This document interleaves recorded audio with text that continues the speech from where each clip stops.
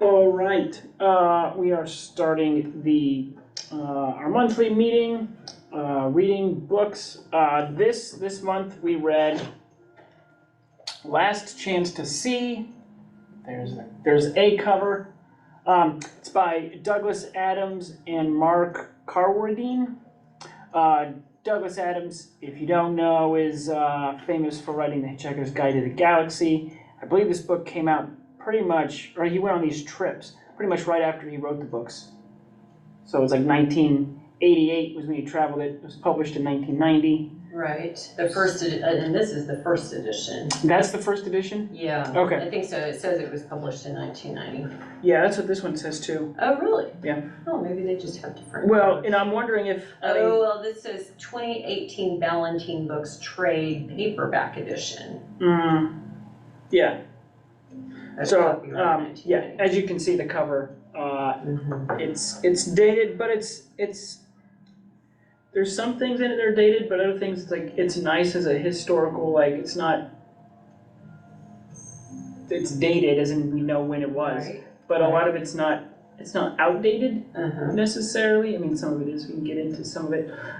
He mentions telexing people. I have no idea what in the world that is. Yeah, I'm too young for that. I had to look it up, but I can't remember exactly what it is now. I'm wondering if it's not quite, it's not even to faxing yet. Let me see what it was. I'll look it up again. Yeah. That was one of the things I'm like, oh wow, yeah, this is kind of. Yes. Provides text-based message exchange over the circuits of the public switched telephone network or by private lines. Operates on switch station to station basis with teleprinter devices. So do you type it in and it sends it, or is it like a speak, I don't know. It looks like you must type it in. It was a major method of sending written messages electronically between business. So like pre-email maybe. Yeah. Yeah. And pre-fax. And yeah. Yeah. Anyway, that was one of. Its usage went into decline as the fax machine grew in popularity. Right. Yeah. And then of course that didn't last long either. Yeah. So anyway, So Mark, I believe, is a photographer, and is kind of more or less knows about nature. I think he's a naturalist or a zoologist. Zoologist. That's the term. Yeah. So he's going around and he's photographing, and then Mark Carwardine. Yes. His name? And I know Douglas Adams is British. Okay. Don't know if Mark is. I'm not sure about Mark either. Not sure. So there's also there's also kind of a weird thing there, it's written by a British guy. Yeah. So. Right. But they go to a bunch of places looking at endangered animals. I even got to remember where he starts in, I believe. Man. Now I'm trying. Oh yeah, they went to look for eyes in Madagascar. That was the first one. Yes. Right. Yeah, but I mean, he's a pretty hilarious writer. Douglas Adams, he's quite. Oh, he's great. Yeah.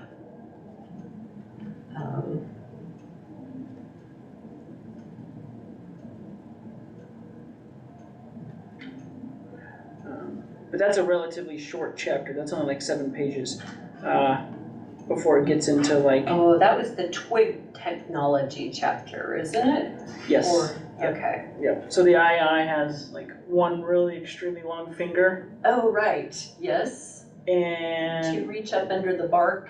Yeah, right. To reach and get ants, and then it licks them off. Someone also told me that it sticks it also uses it to pick its nose. Oh, that's lovely. Except, and this will get gross, but I have to share it. Instead of pulling it out and eating it, it just keeps pushing it down its throat, Okay. and then you know, free bases as boogers. Oh, that's awful. Yeah, because they put it through an MRI or an X-ray machine. I don't know why. Like, that'd be ridiculous to see someone put it wasn't in the book. I read it happened to be on some other podcast. I listened to, like, put an eye in an MRI machine just to see, like, because they realized that the finger goes all the way in. Like, where's it going? Well, so they shoved it in a machine so they and could found see out that it goes all the way in its stomach. There you go. Well, and imagine having the eye in that particular mode at that moment and being able to stick it in the MRI machine. It's utterly ridiculous. That is I don't even very think. ridiculous. What is great is that it has photos in here. The IA is not one of them. Oh no, he's not. But there's lots of Komodo dragon photos. Yeah, which is interesting because I don't believe that they are endangered. I wonder if they are no longer endangered. Maybe they were at one That's a point. good question. I do have a couple of links. So that's the one thing that's interesting is this book came out in the 90s, and so I did look up a couple of these animals now to see where they are, and we can look at those. Right. Yeah, because even the kakapo. Yeah. I think it's probably still endangered, but there are more than there were then, it seems like. Yeah. I looked this up. It is, the Komodo dragon is endangered. So if you make a list, the far end is extinct. And then EW, I can't remember what it means, but it's pretty much, it's extinct in the wild, meaning the only ones left are in captivity. I see. And then critical is CR, and then in the middle, so CR, EN, which is endangered, and then, I don't know what the next one is, they're threatened. So they're kind of, Komodo dragons are right in the middle. Since you mentioned the kakapo, I have it right here. It is critically endangered still.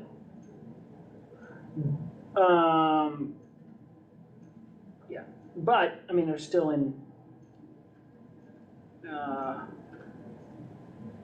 They're still out there, being protected in the conservation efforts. I've actually mentioned. Let's see. So currently, the number is at 65, which as of November, this is as of 92, there were between 41 and 55. So now there's 65. Okay. So it's picking up.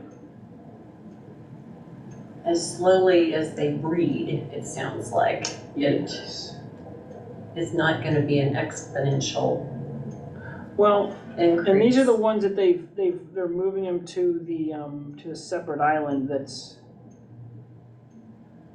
right, if I remember right. Right. I think so. There were a couple of islands that it was on. Man, you know what? I was just reading about that. It's because I thought I looked this up and they were like.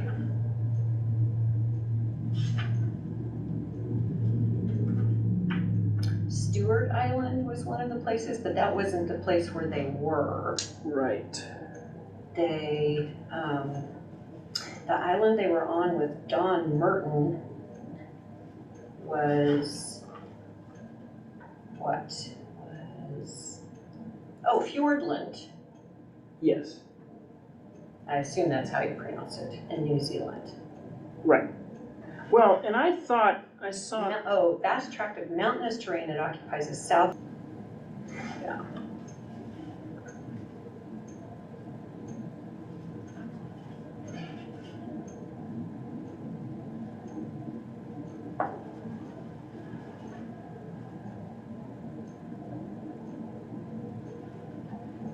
Oh, here we go. Here's a puppy. No! So, okay. So here we go. this is where I was looking at last time. So, yeah, so they were low, but actually, so in 2023, this year, birds are reintroduced to the mainland for the first time. So they've actually started to bring it back to New Zealand. This map says as of 2022, the population increased to 252 birds out of productive huge. breeding season. Yeah, there was a couple of breeding seasons that, like there was one in 2016 with 32 chicks. That got it to 150. So yeah, so I think, you know, their use and their push. What's They the are initiative? starting to They're bounce starting to back bounce in. back with the kakapo, which is just pretty great. Yeah. The kakapo is just such a gentle looking bird. Yeah. A fat parrot. Right. Well, and it like chews on the guy's finger. Oh yeah, there was a picture of that. It was chewing on air of the kakapo tracker's finger. For comfort, it says. Mm-hmm.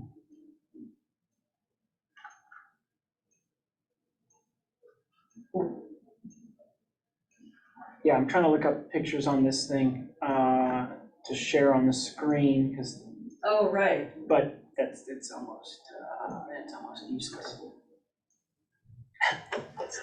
because it's so slow. I know. It is. Yeah, but that's fine. Talking about this. We'll give people that are listening and watching this look these animals up because they're quite interesting animals. So yeah, so the Komodo dragon, back to that one. The II is The II was the first one.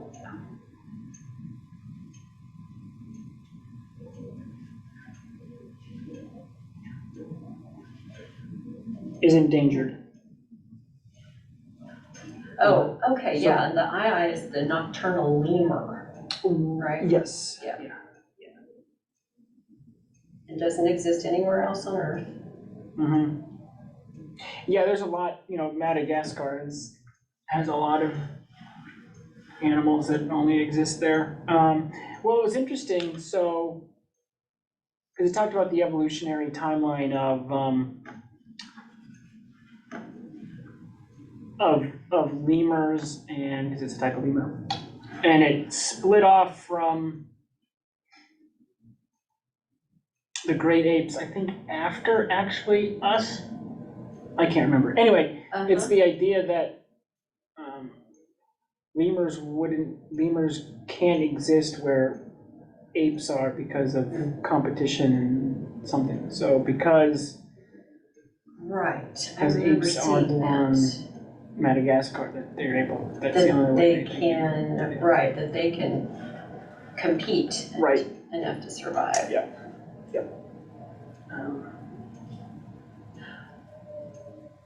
Right, and there was also something about the idea that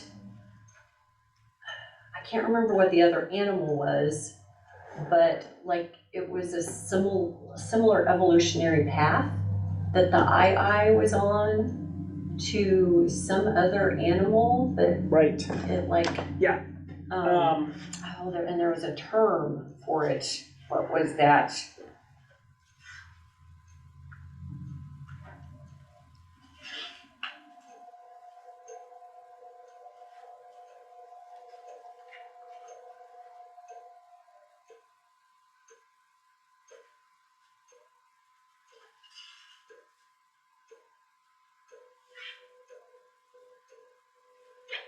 And of course I can't find it now. Yeah.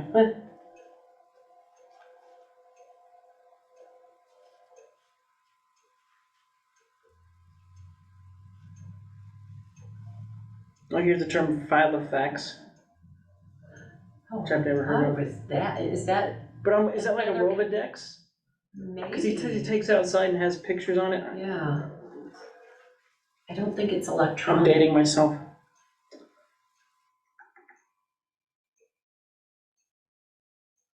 Sounds very British.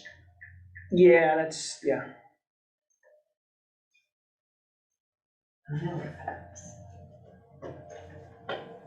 Oh, apparently they still have an online store.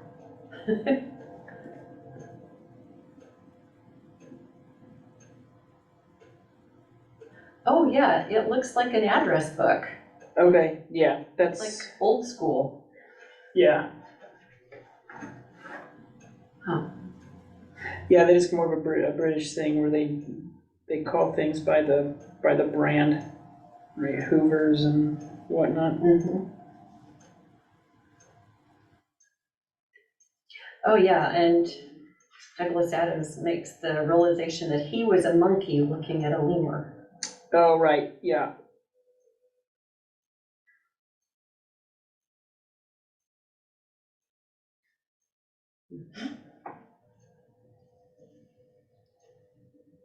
Yeah, Madagascar had been a monkey-free refuge for the lemurs off the coast of mainland Africa. And now, let's see. Oh, and now Nosy Mangabey had to be a monkey-free refuge off the coast of mainland Madagascar. So it was getting smaller and smaller. The refuge is getting smaller and smaller.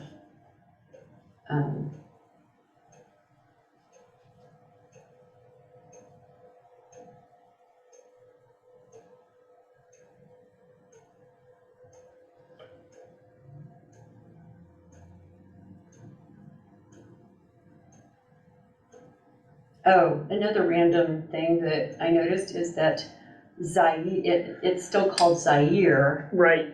And I looked that up, and from 1971 to 1997, the country was called Zaire. Mm-hmm. And before that, it was Belgian Congo. Right.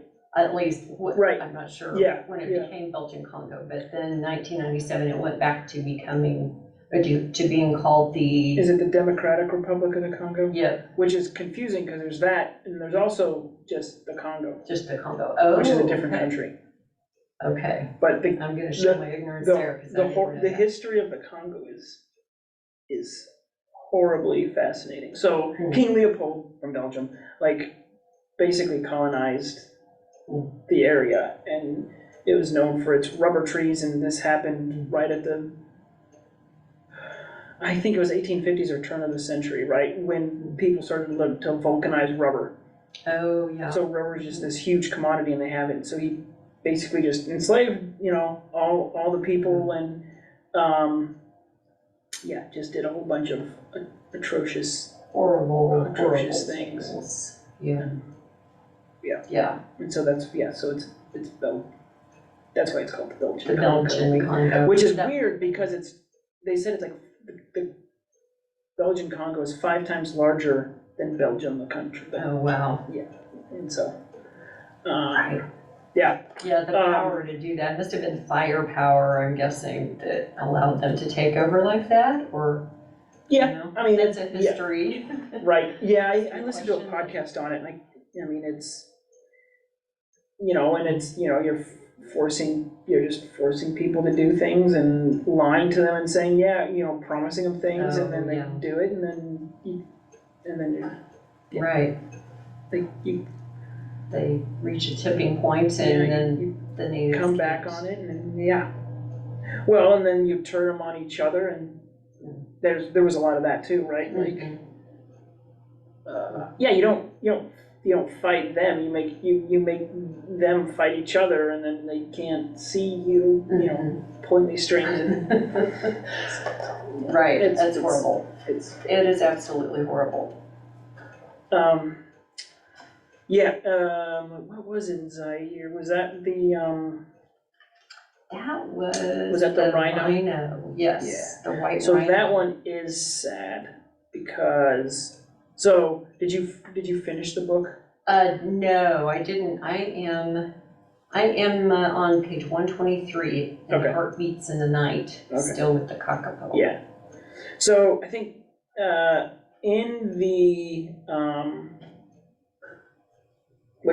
epilogue, it gets to we just got a letter saying that there were 3 baby northern, so There's this weird thing, like there's a right. northern white and a southern white, and they're virtually identical, but they've lived far enough apart for a long time that there's some small proportion differences with them, but their behaviors are completely different. Yeah.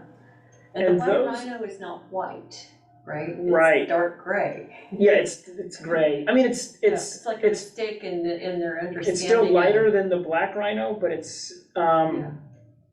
it was, what language was it? It was a mistranslation of the word wide, Right. because their mouths are wider than black rhino mouths. And it ends with them having 3 births, but currently, I think just in the last 5 years, the last male died. So there's two female white rhinos left. So they're, oh wow. I mean, it's weird. So they're not in captivity, they're out in the wild, but they're, I mean, all intents and purposes extinct, unless they find a male somehow that they can, Wow. Right. use artificial insemination or something that they can, bring it back. But yeah, the last male died a couple of years ago, which is weird. So those 3, calves, what's a baby rhino called? I don't know. That were born must not have made it. And I didn't look too much into that. So that is one animal that they talked about that didn't make it. I feel like when I'm reading these, the larger the animal, the harder it is to reestablish. Oh, yeah. Which makes sense, right? Because their gestation periods are short or are longer. Longer, yeah. But birds, I mean, the problem with the kakapo is they're just so independent that it's like they don't know what to do, and they they do their thing. They don't like and to then, be around other kakapos. Yeah, so they make their nest and then hoping someone comes by, but they're it's like they're all on different pages. So right, like they can't even find each other. That one, like they're making the call, and the girl is the female is willing, but she's like, where are you? And can't even find. Right. Well, their call is so low, which on acoustic levels means it travels far, so that they can hear it. But it's also the lower pitches are hard to find and locate where they're coming from. So that's one of them. And then also there's one the female just has to be in the mood. Oh right, yeah. Otherwise, it's just not going to work. And there has to be some particular food source available too. Yeah, isn't that there's some weird things that they found that correlations, particularities that, and then if a predator is introduced, then that eats the egg, or maybe they lay an egg, but then the egg gets eaten. Yeah, there's a bunch of that. A lot of these animals talked about rats are a huge thing, and talked on several of the animals they're only found on this one island because it's the only island that rats can't get to. Right. But yeah, so I mean, this animal, we'll get to other some larger ones, but the birds seem to be doing better. I mean, I think most of them are still in danger to be get into, but they're not. Their numbers are higher than what it was in the book. Right. So yeah, that's encouraging at least. Yeah. Let's see.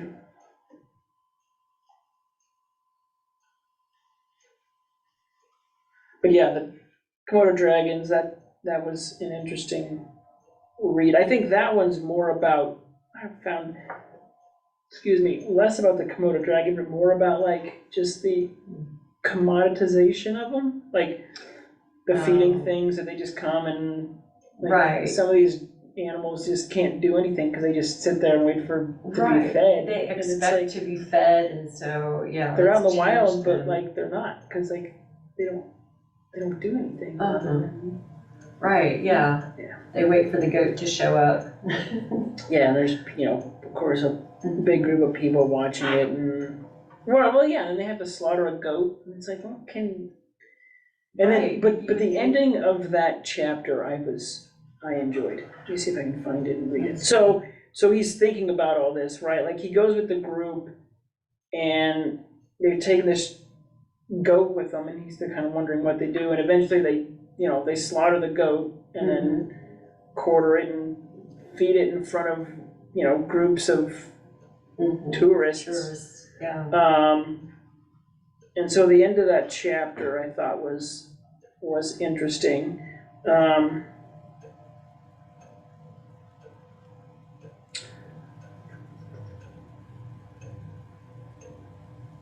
Let's see, was this the Here Be Chickens chapter? Yes. I think I'll start here. So he's talking also about mud skippers, which are interesting. That are fish that if their water source goes down, they can get on land and hop over to another thing. So it's this very interesting animal that's kind of like this evolutionary link between fish and frogs and land animals too. So right, and fish climb trees. Right. Which kind of there's that I think it was Einstein I read that made the quote about or said the quote about if you expect a fish to climb a tree. Right. I can't remember exactly how it goes, but this fish does climb a tree. Yeah, so. it's a tree climbing fish. It says, I suddenly felt, terribly old as I watched a mud skipper hopping along with what now seemed to me like a wonderful sense of hopelessness, boundless, naive optimism. It had such a terribly, terribly long way to go. I hoped that if its descendant was sitting here on this beach in 350 million years' time with a camera around its neck, it would feel that the journey had been worth it. I hoped that it might have a clear understanding of itself in relation to the world it lived in. I hoped that it wouldn't be reduced to turning other creatures into horror circus shows in order to try and ensure them their survival. I hoped that if someone tried to feed the remote descendant of a goat to the remote descendant of a dragon for the sake of little more than a shudder of entertainment, it would feel it was wrong. And I hoped it wouldn't be too chicken to say so. I thought that it's a very insightful, commentary on. Right. He's regretting what was allowed to happen, and he's like, yeah, I mean, if we wouldn't have done anything, they would have just done it the next day, and we wouldn't have been there and stuff. But he still feels some sort of guilt about being involved in that, and then perpetuating this thing of there's this difference between in the wild, animals eat other animals to survive, but there's this gross feeling when humans who are for sake of argument more evolved, right, and then taking advantage of that, and he's ruining this this thing is maybe later on things evolve past another 3 million years, that people or whatever those animals are would speak up. That it would have at least moved beyond that.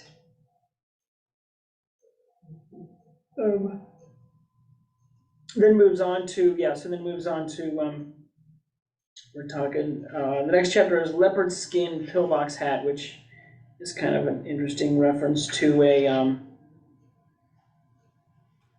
it's the picture of the leader, right? Yeah, it was the president or something wearing this pillbox hat that's wrapped in leopard skin with, if I remember right, the leopard's head is still on it. It's not just a hat that's wrapped in leopard skin, the head is still on it. There. It's that very, if you think about it, it's that very, I think, Victorian-esque, right, 1920s or something, that way that people kind of a carry over from that.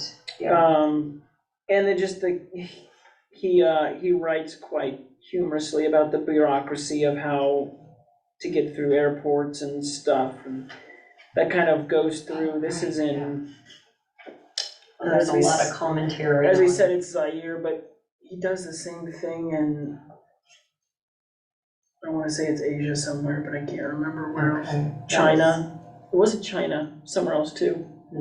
But yeah, I mean, this idea of like, you're not supposed to be here, you're supposed to be in the room over. And so they go to that room and the people there are like, why are you here? You need to be, You're supposed to be in the, back in the room you came from, yeah. Or things like they write it down and they just not do anything with it, because that's just bureaucracy, right? It's an interesting. And at some point, he said that it is a result of the colonization, right? Like the colonization is what develops the bureaucracy. It came along with the colonization. Right. And then that ends, the colonization ends, but the bureaucracy remains. Right, but the people don't know why they did that stuff. Like there were specific things that they did and it actually went somewhere, but they're like, well, that's just what we did. So now it's like, instead the pipe used to lead somewhere, right? And then something got done. Now the pipe just leads to the wastebasket. Like, right. it's just like, you just don't. It doesn't make any sense. It's like something that exists that doesn't need. Or, they do it as a way of getting money. Oh yeah, it's gonna take 3 days, or you can pay us $25 and we can do it now. Right. And it's like, all the bribery and corruption. It's not just, it's capitalism. Here it is. The leader, the president of the Republic of Zaire, his name is Marshal Mobutu Sese Seko Kuku Bendu Wazabenga. I completely butchered that, but it's 1, 2, 3, 4, 5, 6, 7, 8. Yeah. Eight named person. That does not include the title Marshal or President of the Republic of Zaire. Yeah.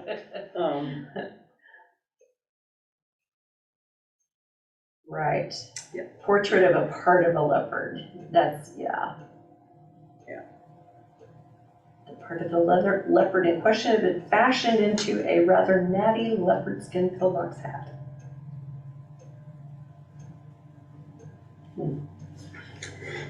Yeah. I mean, I bookmarked this page. I thought I'm gonna bookmark every time I laugh, and then I laugh a lot in this book. Oh, I know. I put a little smiley face in certain places.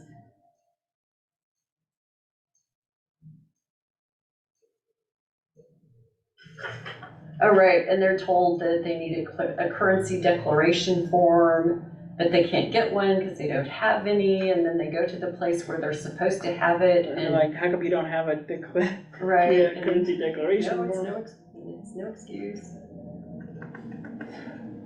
Yeah, there's also a part where, so while they're at the room, one of the rooms that they're not supposed to be in has a chocolate and little like a gift shop store thing.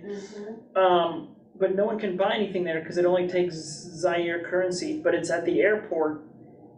And the airport has no currency exchange. Transit room. Yeah, so there's like the only people that go there are people that are coming into the country from somewhere else who don't have the right currency Zaire currency. So yeah, the person that sits there and watches flies. And no way to exchange the currency. Right. It kind of it makes the whole idea of even having a shop or anything to sell pointless. Yeah. It's like, why do they even have it there?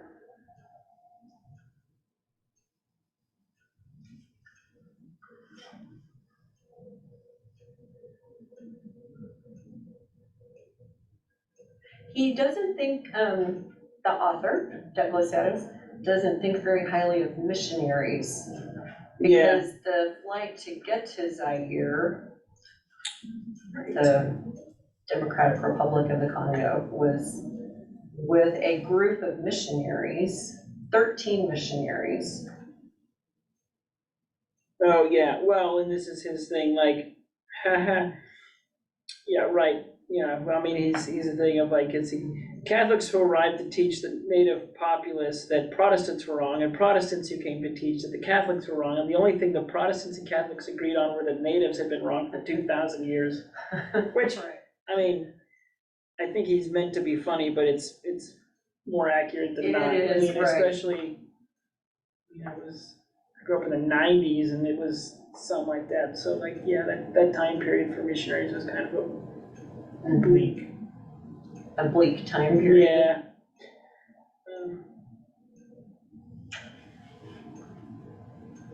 Oh, here it is. No, Zaire, incidentally, is about 80 times the size of Belgium. 80 times the size of Belgium. Yeah, it's huge. Oh, I do remember reading that now. Wow.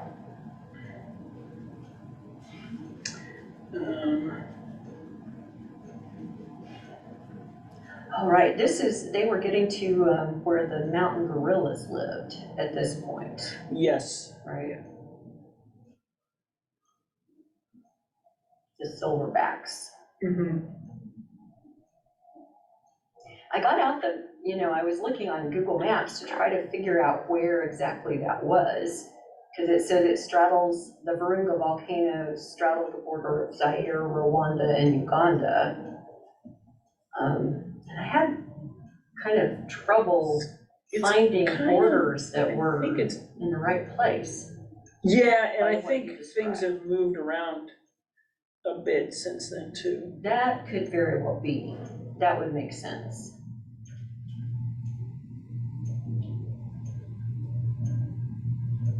Yeah.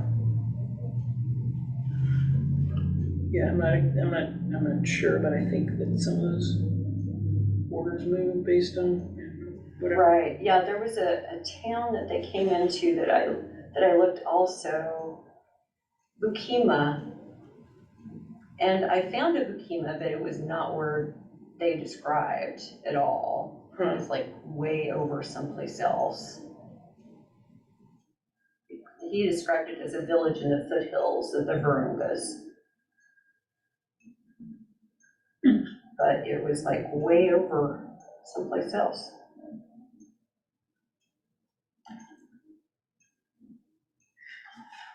Yeah, well then you find out that you meet some German people who said are so stereotypically German that he felt bad writing about them, because he's like, I don't like writing about stereotypes. So he changed them to us. Latvians. Yeah.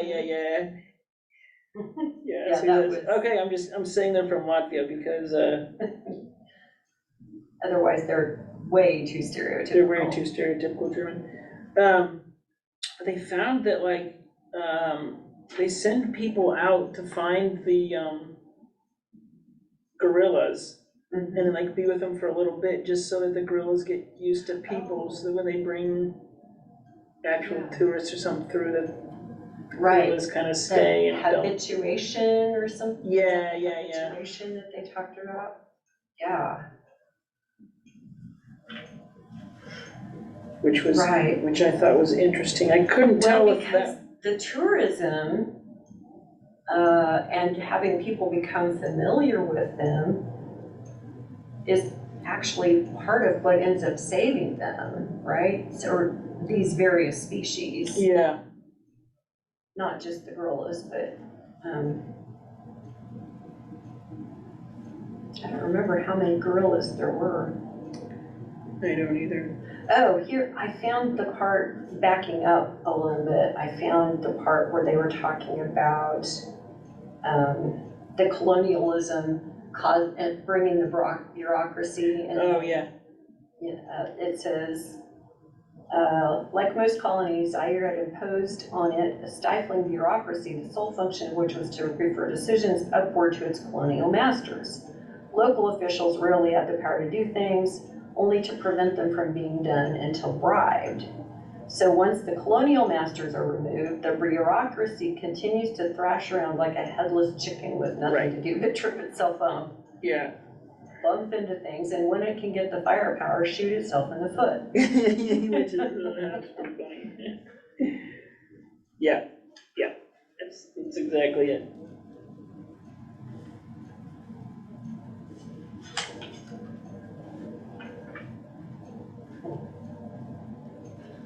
4 in every 5 of the gorillas alive in the world zoos in 1990 were originally taken from the wild.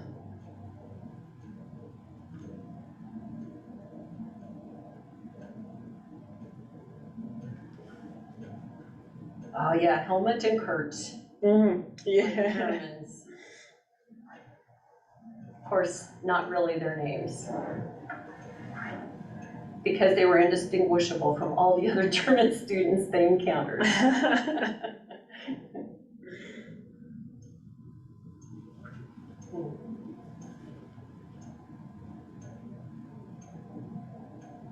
Yeah, and then so after this, then they go find the northern rhino, and first they find one and they mistake it's really just a termite mound. Oh, that's right. They're like, yeah. Here I am standing On a termite mound, looking at another termite mound. Mm-hmm.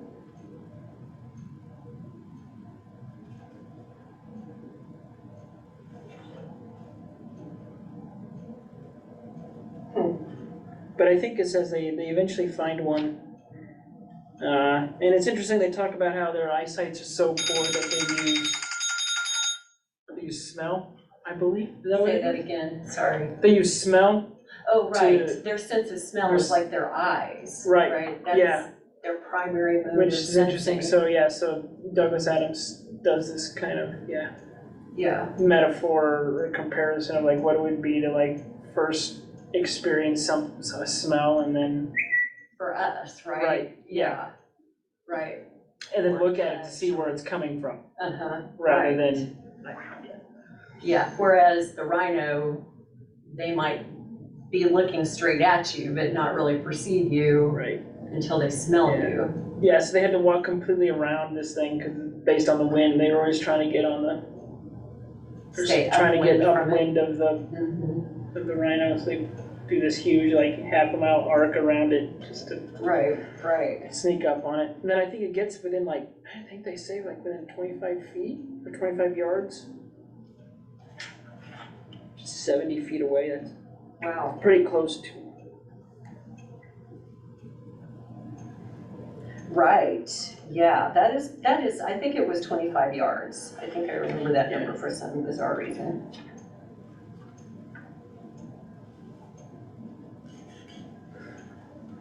Yeah, this one's funny. There is a widespread myth about what people want rhino horns for. In fact, two myths. The first myth is that the ground rhino horn is an aphrodisiac. This, I think it's safe to say, is just what it appears to be, superstition. It has little to do with any known medical fact, and probably a lot to do with the fact that rhino's horn is a big, sticky up hard thing. Right. And then the second myth is that anyone actually believes the first myth. Right. No one actually believes it. It's just everyone. It's a self-aware Right. Yeah. reference that everyone knows, but they still perpetuate it because Right. There's somebody out there that will try it. Yeah.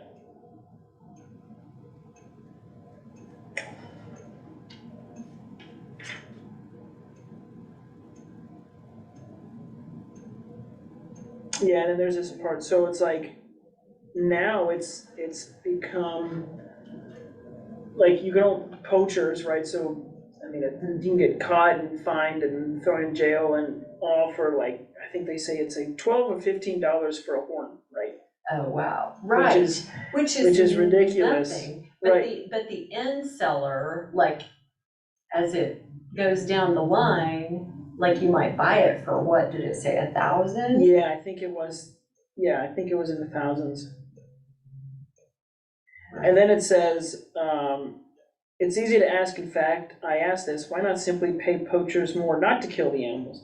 The answer, of course, is very simple. If one person offers a poacher, say, $25 not to shoot the animal, then someone else offers him $12 to shoot it, the poacher is liable to see that he can now earn $37 from the same animal. Oh, you paid me not to shoot it, okay. Right. But then you go and shoot it. Gonna go shoot it. And then, yeah. So that's, yeah. Yeah. So they end up getting both. Right. Both payments.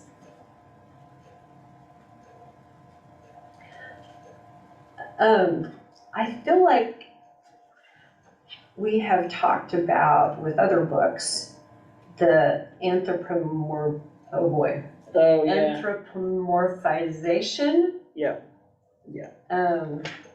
Of animals, how easy it is to do that. I think this was the chapter that he talked about that in. Yeah, he did mention it. I don't even remember what animal he does it with. Right, trying to imagine what they were thinking, you know, or seeing in their eye. Oh, the gorilla. I think it was the gorilla. Yeah. That makes sense because Primarily. we do it more with animals, obviously, that look like us. So gorillas, we do it more with than even rhinos than with birds and, lizards. And of course, we hardly ever do it with a fly or any insect, right? Yeah, because that's so far removed that you can't even imagine.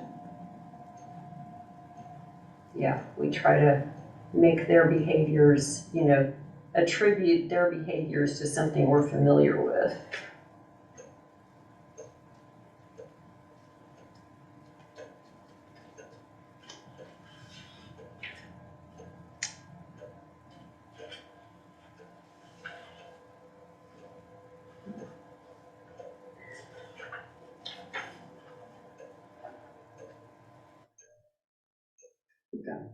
The next section is where he goes to Fiordland,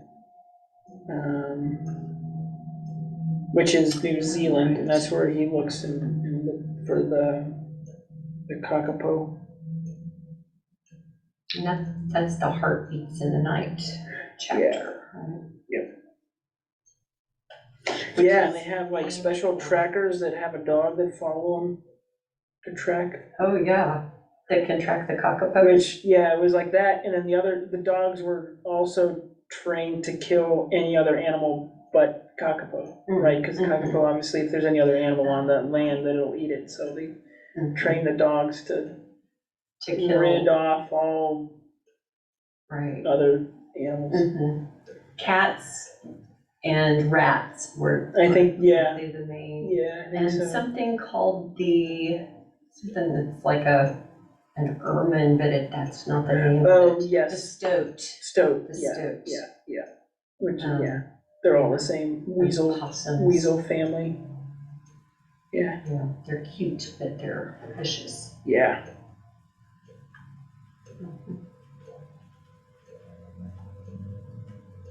Right, and he described the sound that they make when they're trying to mate. The males are trying to find a mate. You described it earlier, it's such a low frequency sound, right, that it travels far a long ways. Yeah, here it is. Let's see. Until 1987, Fiordland was home of one of the strangest, most unearthly sounds in the world. For thousands of years, in the right season, the sound could be heard after nightfall throughout these wild peaks and valleys. It was like a heartbeat, a deep, powerful throb that echoed through the dark ravines. It was so deep that some people would tell you that they felt it stirring in their gut before they could discern an actual sound, a sort of whomp, a heavy wobble of air. Most people have never heard it at all or ever will again. It is the sound of the kakapo, the old night parrot of New Zealand, sitting high on a rocky promontory and calling for a mate. Yeah, and they say it verges on not being able to hear it as much as feel it. Kind of like a bass woofer. And they mentioned subwoofers. Yep. Subwoofer. Yeah.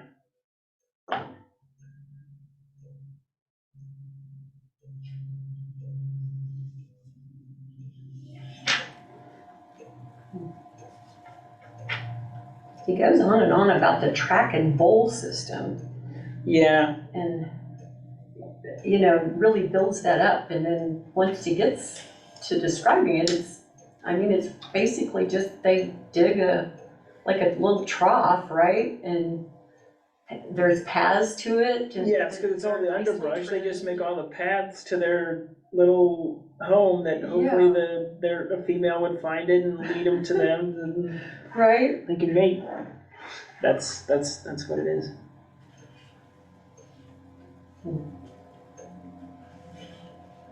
So one of the rabbit holes that I dove down was when I looked up to see what the kakapo looked like. And I ended up finding an article in New Zealand Geographic, I think it was, but it talked about Dawn Merton. Oh, really? Yeah. And, oh shoot, yeah, I forgot where I was going with that. See if I can find that again. It was a good article. Kakapo, bird on the brink. Oh, I know. That's what I was trying to bring up. They had like emergency drills to, like, if something happens on one of the islands, they have emergency drills, like if a helicopter crash or something like that. They know how to get the birds out safely. If that makes any sense. Interesting. Yeah. And they practice all kinds of emergency drills, apparently, to help them preserve the birds. Wow, that's interesting. Preparing them to save and protect one of the world's gentlest and most peaceful creatures.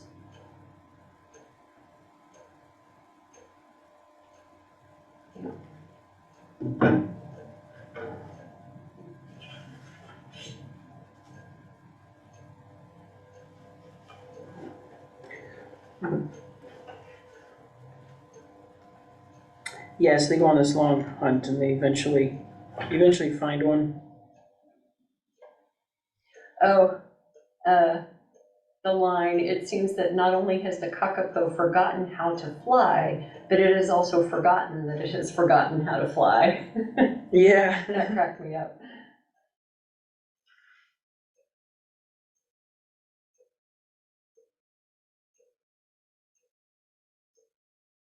Six or 7 pound bird. It's a pretty good sized bird. Pretty good sized bird. Yeah, because birds are usually light. Their Yeah. bones are hollow, so.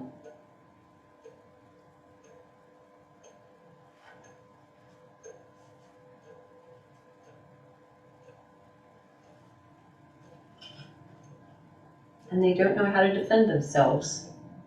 Yeah, to a predator. Or they just don't feel like they need to. Like. Yeah, they never had to worry about it, yeah. so they never developed the instinct. Yeah.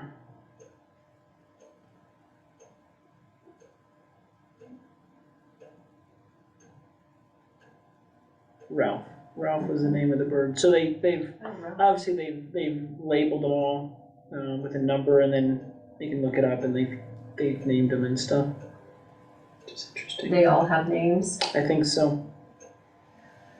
I mean, now there's 200 of them, so it's kind of hard. But when there was only like 40. Then it was probably. Oh, there are now 25 kakapos on codfish, but only 5 of these are females.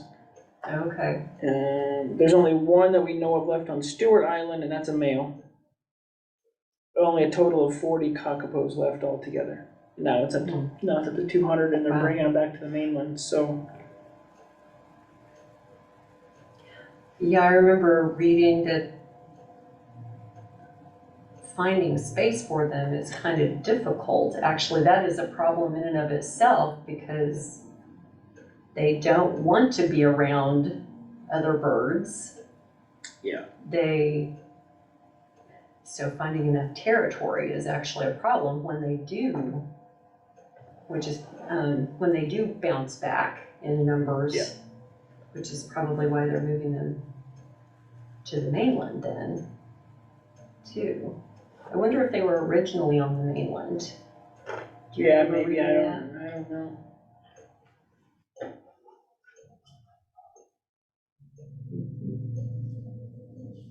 I mean, I thought it was the same thing with the lemur thing, right? That like they can only live on other islands without the competition of.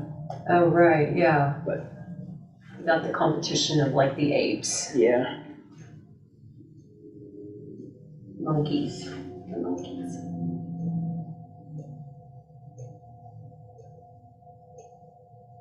Oh, yeah. Yeah, the female kakapo can't tell where the booming is coming from either, which is something of a shortcoming in a mating call. Yeah, right. Come and get me. Where are you? Come and get me. Where are you? Do you Yeah. want me to come and get, do you want me to come to you or not? Yeah, he related to the motorbike industry. Oh, yeah, the British motorbike industry. Yes, I saw that. It's like, yeah, they had motorbikes and they were junky and crappy, but they're kind of all that they had. Yeah. And then Japan made them and they make them better and everything, but can be clean and but darn it, we're still gonna efficient. make them. British motorbikes.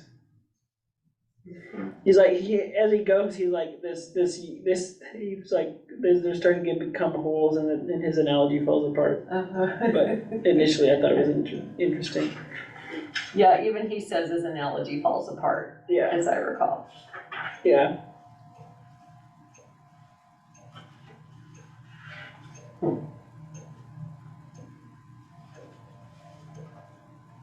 Oh, and then, the one female, he says one female kakapo is known to have walked 20 miles in one night to visit a mate and then walked home again in the morning.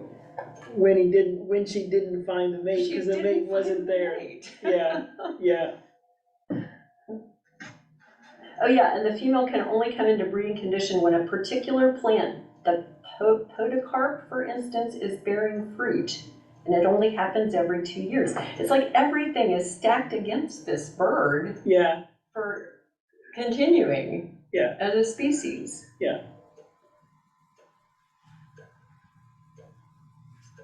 Yeah, it's interesting. Which makes me ask the question, I mean, you hate to see any species die off. Right. But is it time? Right? Is it time? Exactly. It's like if it will only survive because of human intervention. Right. Then it's destined to and this die out. And this gets into the next animal. Because this one, it's like it wasn't our intervention that caused these animals to die. Well, kind of, but it's not direct. In some, yeah. Right, as much as the next one, which is the river dolphin, right? Oh, okay. It's like we do need to intervene in the sense that stop intervening, because we've intervened so much that we've messed up their echolocation. So they. Okay. The water is brown and dirty, but it's even worse. But I think that's fine. But they use sound, and then when there's boats and stuff going, that disrupts them, and they can't see, and they get disoriented and then run into boat problems. Oh. Yeah, that's a chapter I didn't get to. So yeah, that's the next chapter is the river dolphins of the Yangtze river dolphin, which they call it also the. Is that Asian in Asia? Yeah, it's in China, outside of Beijing. Oh, blind panic. Is that the next chapter? Yeah. Let me find the Baji, so there's this kind of. Let me see.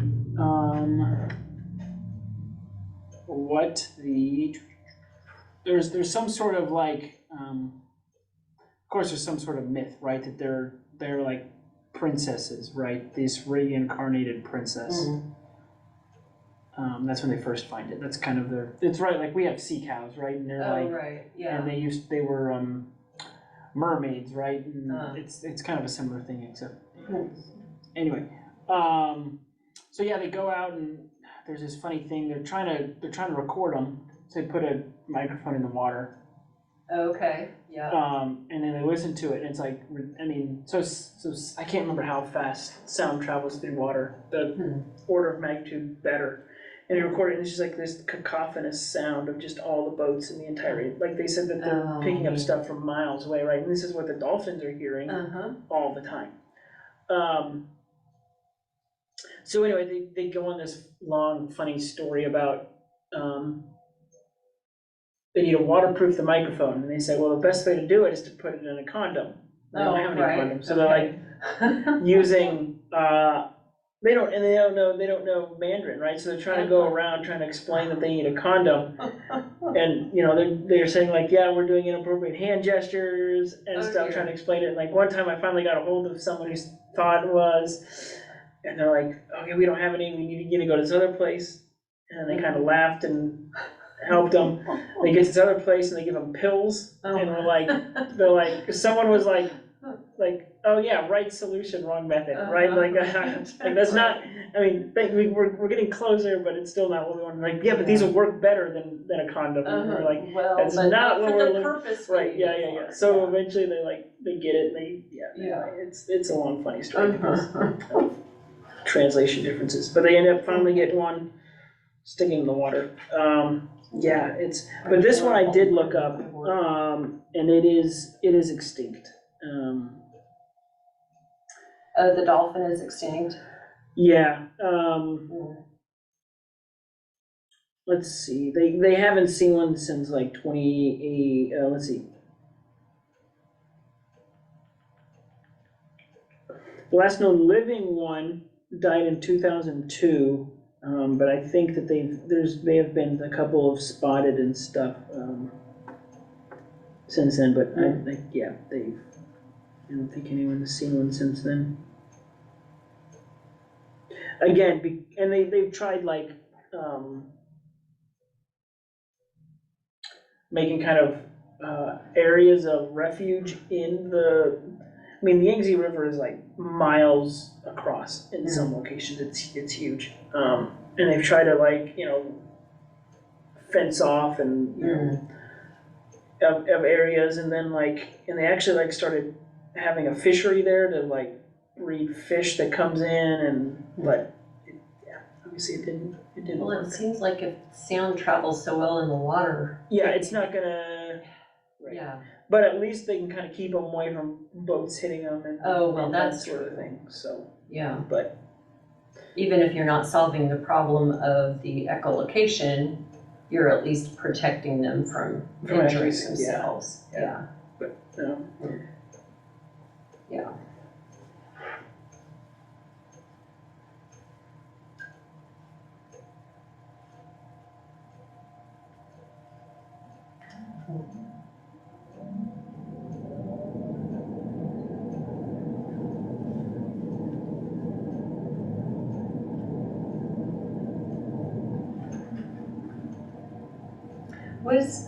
What year was Tiananmen Square?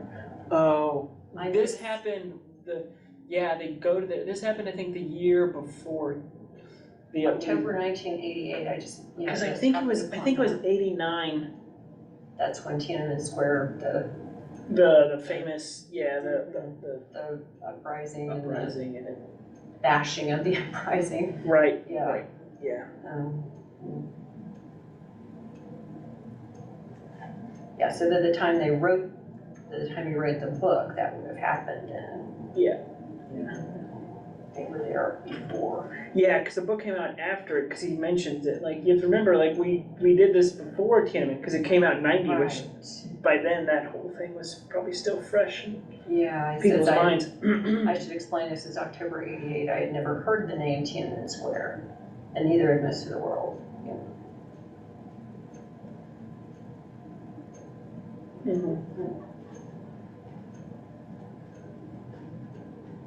So what was the rare or medium rare chapter? I hadn't gotten to that one. Let's see, that's the next. Let's see, that is.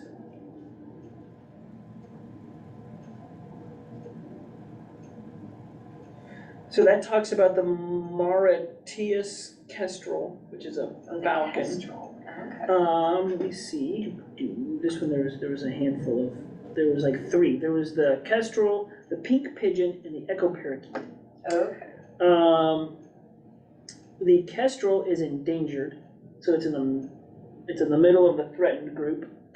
It also talked about the bats. So he initially went to, and I gotta remember where this is. Does it say where Mauritius is? I'll have to Google it again. Somehow, something tells me it's like it's like an island in the Indian Ocean. Yeah, that rings a bell.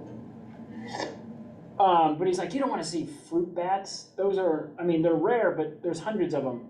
The birds he's mentioning, like the echo parakeet, there's only a dozen. Like, he's like, who cares about hundreds of things? He's like, it's the rarest fruit bat in the world. He's like, yeah, but there's hundreds of them, and it's a fruit bat. Of course, he's talking to an ornithologist, right, who has a very strong preference of birds. Cares about that kind of stuff. Yeah. So this one, there's the kestrel, which is a falcon type thing. Mm-hmm. There's the pink pigeon, which is vulnerable. So it's on so there's least concerned, non-threatened, and then of the three threatened, vulnerable is the least problematic. Yeah. So they're coming back. Mm-hmm. And then the next one, the echo parakeet, which says here is the rarest bird in the world according to the picture. That is also vulnerable. So, Mauritius. So it's a small island further east of Madagascar. So it's okay.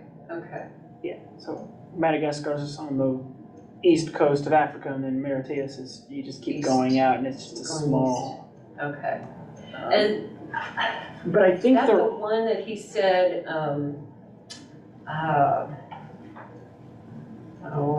The Missouri author said that God created Mauritius and then he modeled heaven after it. Oh, yes. Yeah. Yeah. Okay. Yeah. I mean, they're rare in the sense that they can only be found on this island because the birds can't fly. Right. Oh, yeah. Place. So there's two words he described. Exotic and in. Let me see if I can find that word.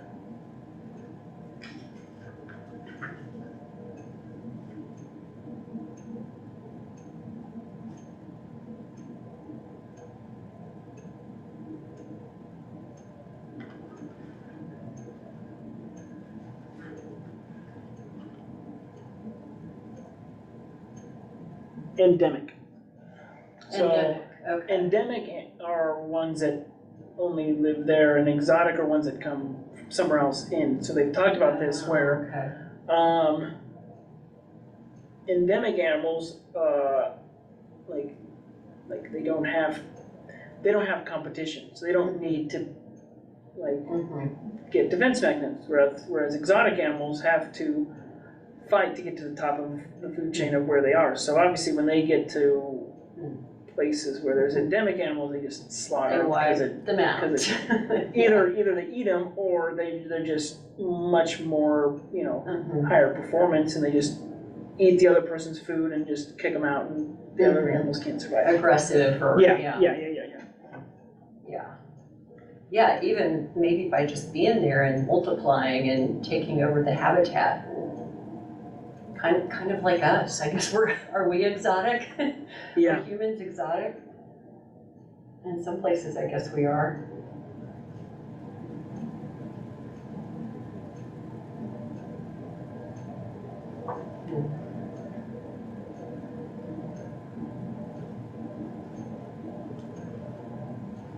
So I'm looking it up. So the echo parakeet has two subspecies: the extinct reunion parakeet, for a long time only known from descriptions and illustrations, and a living echo parakeet, sometimes known as the Mauritius parakeet. The relationship between the two was historically unclear, but in 2015, DNA determined them to be subspecies of the same species. So I wonder if which one that they're talking about in this book, because again, they're vulnerable, but were they talking about a different one in the book that is now extinct? I don't know. But oh no, it is. Okay, so here we go. The Okapi was hunted by earlier visitors, reaching as few as 8 to 12 in the 80s when it was referred to as the world's rarest parrot. An intensive effort, captive breeding began in the 90s, saved the bird from extinction. The species was downgraded from critically endangered to endangered in 2007, and the population had reached 750 birds by 2019, was classified as vulnerable.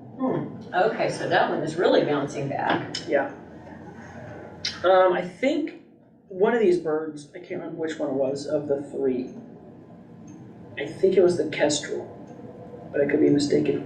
Talked about imprinting. So, like the bird hatches, sees something, and it doesn't have a mirror to know what it is, so it thinks it's whatever it sees, and like one of the birds imprinted on this guy. I can't remember who it was in this case, but this bird basically falls in love with this guy, and he wears like, you know, they get semen samples by him wearing this funky hat, and he just goes and like, I'm like, oh yeah, and then this bird mates with the hat, and then holy cow, and they take it, and then they can impregnate other little other female birds, and that's how they do that. There you go. It's quite interesting. Do what works, you know. I'm still trying to figure out why they call it rare, medium rare. I don't know what that reference is. Huh.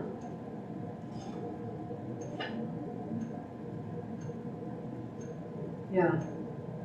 Falls in love with the first thing that feeds it, which in Pink's case was Carl. Yes, Carl, yeah.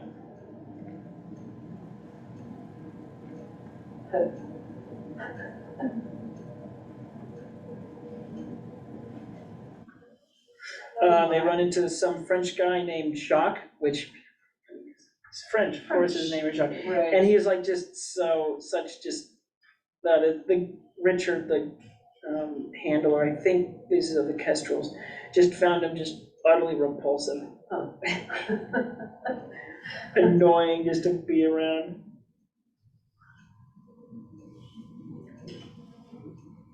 So Richard was earlier talking about why do you want to look at fruit bats, right? He has this very like love for these specific birds, and it's like Richard. So apparently showing Jacques these birds, and says Jacques shrugged and said they weren't particularly interesting or special. Oh, said Richard quietly, nothing with an interesting plumage. Really? Said Richard. I prefer something like the Arabian cockatoo, said Jacques with a lazy smile. Do you? Me, I live in Reunion. There's probably a better way of saying that word, but I can't. Said Jacques. Do you? There are certainly no interesting birds here, said Jacques. That's because the French have shot them all, said Richard. And he turned around smartly and went off into the kitchen to wash up very, very loudly. Only when Jacques had gone did he return. So carrying with a bottle of rum. He does not like Jacques. Jacques is very similar to like Kurt and Helmut. Oh yes, the Germans. He's the French counterpart. Yeah. I don't remember other.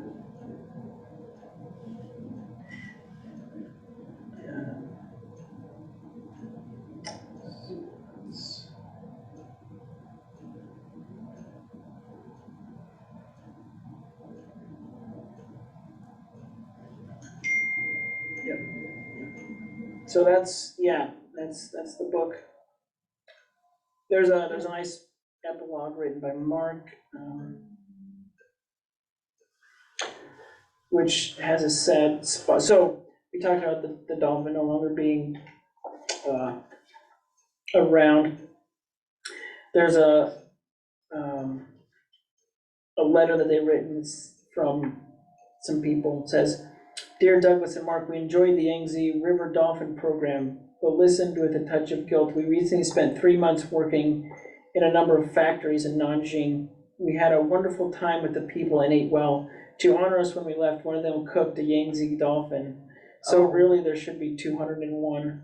Sorry about that. Oh, man. P.S. Sorry, it was 2 dolphins. My husband reminds me that he was the guest of honor and had the embryo." Oh. It was a pregnant. It was a pregnant dolphin. Yeah. Oh, that makes it even worse. Yeah. Oh, man. But there's another one was more hopeful. It says, "Dear Douglas and Mark, I hope this reaches you quickly. I have some good news from the Kakapo country of southern Stewart Island. At 8:45 hours on 25th of August, 1989, one of our dog handlers, Alan Munn, and his English setter, Ari, located a new female Kakapo near Lee's Knob at an altitude of 380 meters. Jane weighed 1.25 kilograms, and she squarked a lot when Alan picked her up. She had just finished molting but looked in good condition, so in a few days she will be flown to her new home, Codfish Island. Once again, thanks very much for your visit. It certainly helped give me those big green budgies some of the attention they deserve. Yours truly, Andy Roberts." So, yeah. Kakapo project manager. Yeah, it was. Yeah, it's good.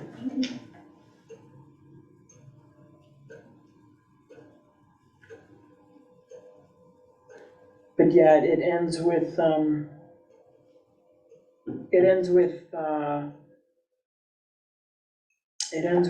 Douglas Adams talking about the story of the Sibylline books,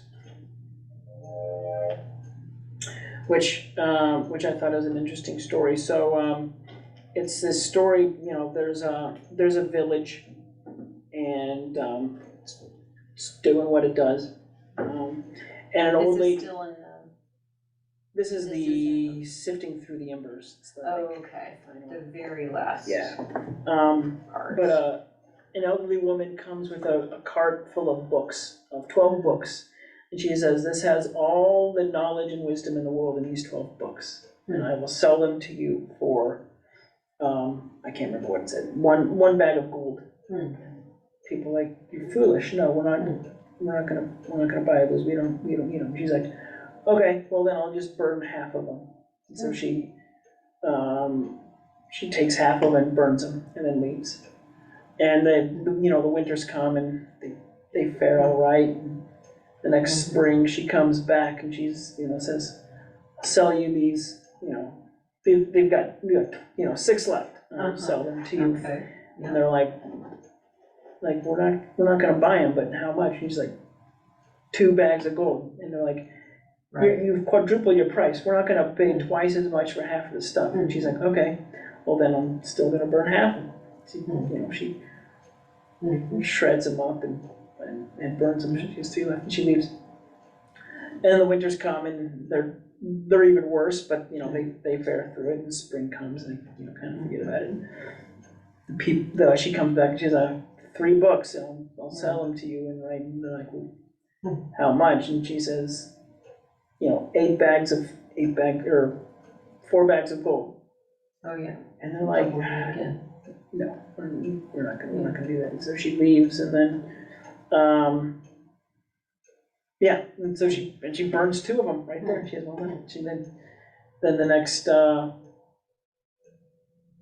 was a harder winter again, and some people didn't make it and stuff, and she comes back with the 1 book, and she's like, "All right, I'll sell this to you for 8 bags of gold." They're like, "What?" And she starts to burn it. And she's like, "No, wait, okay, we'll buy it." So of course they buy it for one book, hoping that they paid 8 bags of gold for 1/12 of all the wisdom in the world. Wow. I mean, it's that thing, like, as far down, climate change and stuff we get, like, it just becomes harder. Even though we thought it was hard to begin with, it's nowhere near as... It's gonna get harder and harder the farther we go. Right. And the more we... Well, and it was, it ends, I should have just read it, but it's kind of a long chapter. It says, "She led the 2 ox carts," right, so there's 2 ox carts of of 4 bags of gold on it each. She led two ox carts away across the plain with her and left the people in the city to survive as best they could with the one remaining 12th of all the knowledge and wisdom that had been in the world. Wow. And they finally saw the value of it. Right. In the end. Yeah. Yeah, that's... But it's, you know, like... Good for thought. Yeah, because, I mean, animals, like, we're not gonna get some of those animals back. Right. I mean... Yeah, ever. Once they're I don't think it's... They're literally... I don't think it's as bleak as we're not gonna... I mean, yeah, some of the animals we're not gonna get, but, I mean, I think we can still... we're still able to access that knowledge. It's just gonna be much more difficult. Yeah. Right. Well, and it seems like the climate change and, I mean, all of those things impact the animals as well. So, I mean, those things are all linked together. Well, and, I mean, it's this idea of most of this stuff wasn't done because, well, I mean, maybe we do. Like, it's because we have plastic bottles that we're throwing out, right? That's not the big one. The big one are like massive factories dumping their stuff directly in rivers, right? And it's like these huge commercial boats that are disrupting dolphins and killing them, right? It's like, it's not that we shouldn't commute at all, but it's like, no, we can do it in the same ways and like... We can do it in better ways, I would think. In ways that are aware of the other things that are around us that aren't us. Right.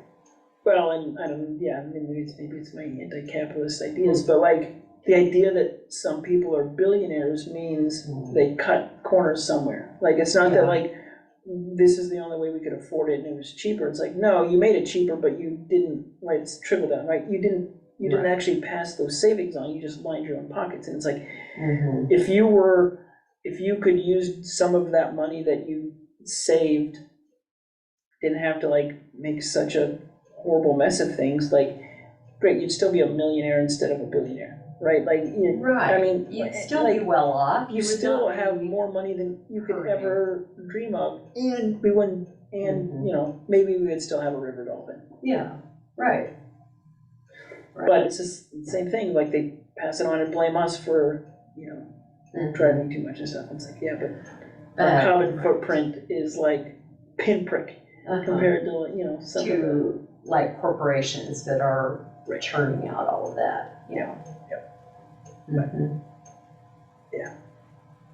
But I mean, it's interesting to read it and know, you know, there's, you know, some animals have like the idea that just because like it's possible to bring back, even if there was a handful, right? We read some that there was only 40 of them, and now there's 200. Right. You know, and they didn't even know at one point if there were any females left. Right. From what it was saying. I think it's possible to bring these back, and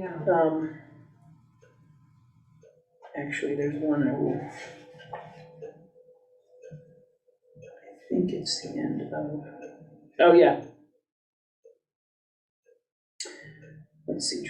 Even so, the loss of a few species may seem almost irrelevant compared to major environmental problems such as global warming or the destruction of the ozone layer, which we fixed, right? I mean, we found out, oh, see, it's like, true. That was huge. Growing up, we're like, there's a big hole above Australia. It's sealed up. Right. This is market, by the way. But while nature has a considerable resilience, there is a limit to how far that resilience can be stretched. No one knows how close to the limit we are getting. The darker it gets, the faster we're driving. There is one last reason for caring, and I believe that no other is necessary. Again, he's talking about like, well, I mean, I never knew these animals existed, so why do I need to know they exist now? Right. There's one last reason for caring, and I believe that no other is necessary. It is certainly the reason why so many people have devoted their lives to protecting the likes of rhinos, parakeets, kakapos, and dolphins. And it is simply this: the world would be a poorer, darker, lonelier place without them.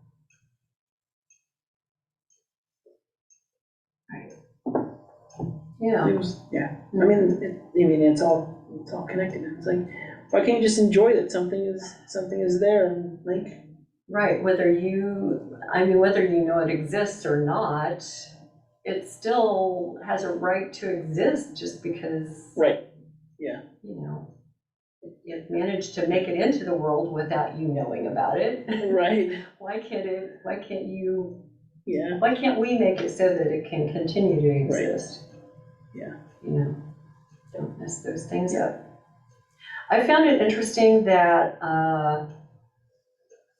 they also did a BBC radio show out of this. Did you see that? No, I think the And there book was a mentions it every program, once in a too. while, because they had, there was another lady with her Gaynor? Gaynor, yes. Yeah, so she Yeah, was but recording stuff and she had recording. her, yeah, so I'm sure that's probably what that was. That's what they were doing, I bet. Yeah. Yeah. And then after Douglas Adams died, Mark Carwardine and someone else carried on with it too. Oh, I didn't know Douglas Adams passed away. I guess so. I actually didn't know that either until I went looking, Yeah, you read it. I was looking for all the different editions of this to see. And the most recent edition of it, I think, I was trying to remember who wrote like a preface to it or something. But anyway, it was like an extension of this, of what was already out there. Yeah, Mark Carwardine and who was the other dude?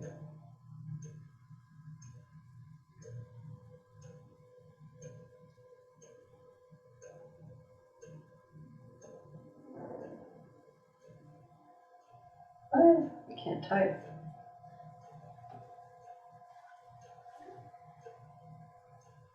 Last chance to see.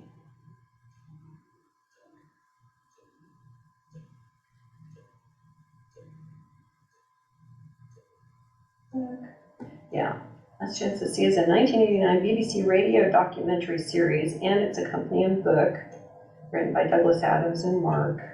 Let's see here.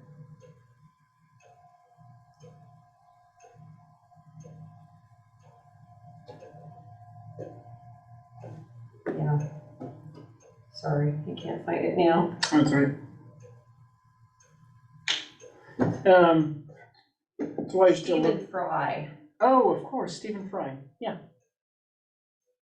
That makes sense. There it is. Yep. He seems like he'd be in that same vein. Yeah. I don't know who Stephen Fry is, so. He's a British actor. Okay. But he's yeah. But he's kind of on that same kind of wavelength of like a Douglas Adams, like a humorist person, Yeah. right? Yeah. Yes.